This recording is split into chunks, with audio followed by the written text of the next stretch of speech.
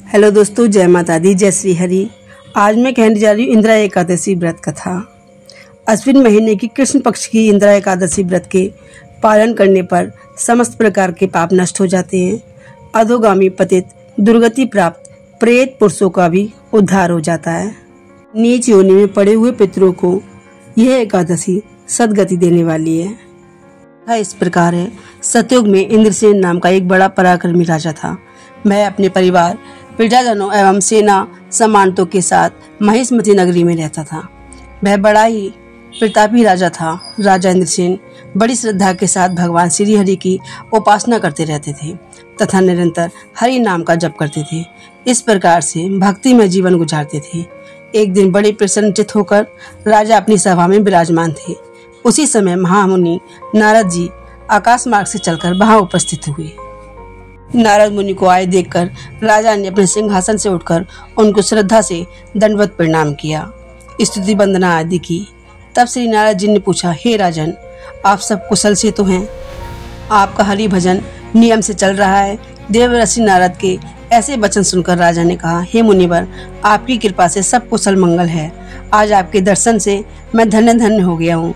आपने कृपा करके मुझे दर्शन दिए, मेरे घर आए, कहिए मैं आपकी क्या सेवा कर सकता हूँ, आदेश कीजिए। राजा की विनम्र प्रार्थना सुनकर नारद जी बोले, हे राजेंद्र, एक आश्चर्य की घटना सुनिए। हे नृप, मैं अभी ब्रह्मलोक से यमलोक में गया था। यमराज जी ने वहां पहुंचते ही मेरा बड़ा आदर सत्कार किया और मेरी पूजा भी की। वहां यमराज की सभा में आपके बड़े पुण्य आत्मा पिताश्री का दर्शन किया। हे राजन, उन्होंने जो संदेश भेजा है उसे आप ध्यान से सुनिए। उन्होंने कहा कि महिष्मतीपुरी का राजा महाराज इंद्रसेन मेरा पुत्र है। हे नारद मुनि, उससे कहना कि पिछले जन्म में किए गए किसी पाप के कारण मुझे यमलोक में रहना पड़ रहा है। हे पुत्र, अश्विन कृष्णा इंदिरा एकादशी का व्रत करके तथा उस एकादशी के व्रत का फल मुझे देकर मेरा इस यमलोक से उद्धार करे। इंदिरा एकादशी का फल प्राप्त करके मैं स्वर्गलोक में जा सकता हूँ। परलोकवासी आपके पिताश्री ने आपके लिए संदेश भेजा है। मैं भी यही चाहता हूँ कि आप अपने पिता की इस इच्छा को पूर्ण करें तथा इंदिरा एकादशी का व्रत बड़े प्यार व निष्ठा से पालन करें। तब राजा ने कहा, हे देवऋषि, आप मुझे इंदिरा एकादशी का पालन करने का विधान बताते जाइए। तब श्री नारद मुनि ने कहा कि 10वीं के दिन प्रातःकाल की शौच स्नान से निर्वृत्त होकर पितरों का श्राद्ध कर्म करें। दिन में एक बार भोजन करके रात्रि को भूमि पर शयन करें। दूसरे दिन द्वादशी को प्रातःकाल ब्रह्म मुहूर्त में उठकर दंत धावन, मुख प्रक्षालन, स्नान करके एकादशी के व्रत का पालन करें। एकादशी के दिन इस प्रकार से प्रतिज्ञा करनी चाहिए कि मैं आज किसी प्रकार का विषय भोग नहीं करूंगा, अन्न आदि भोजन नहीं करूंगा, संपूर्ण दिन हरि नाम का जप, हरि कथा श्रवण, हरि सेवा, हरि स्मरण करते हुए दिन बिताऊंगा।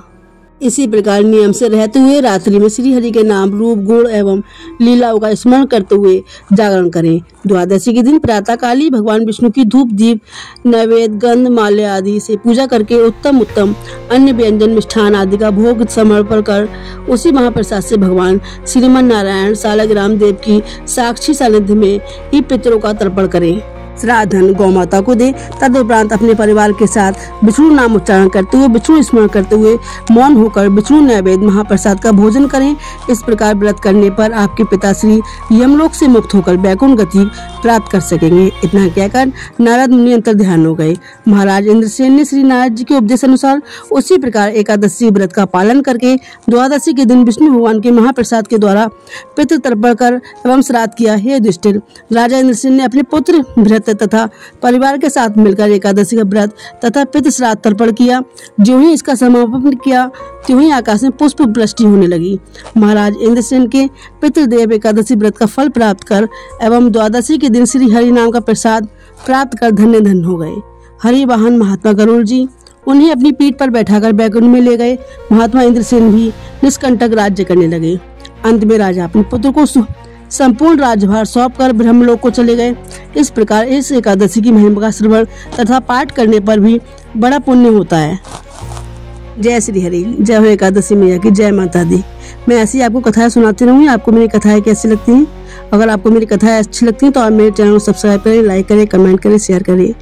जय श्री हरि, जय हो लक्ष्मी मैया की, जय हो एकादशी मैया की, जय माता दी।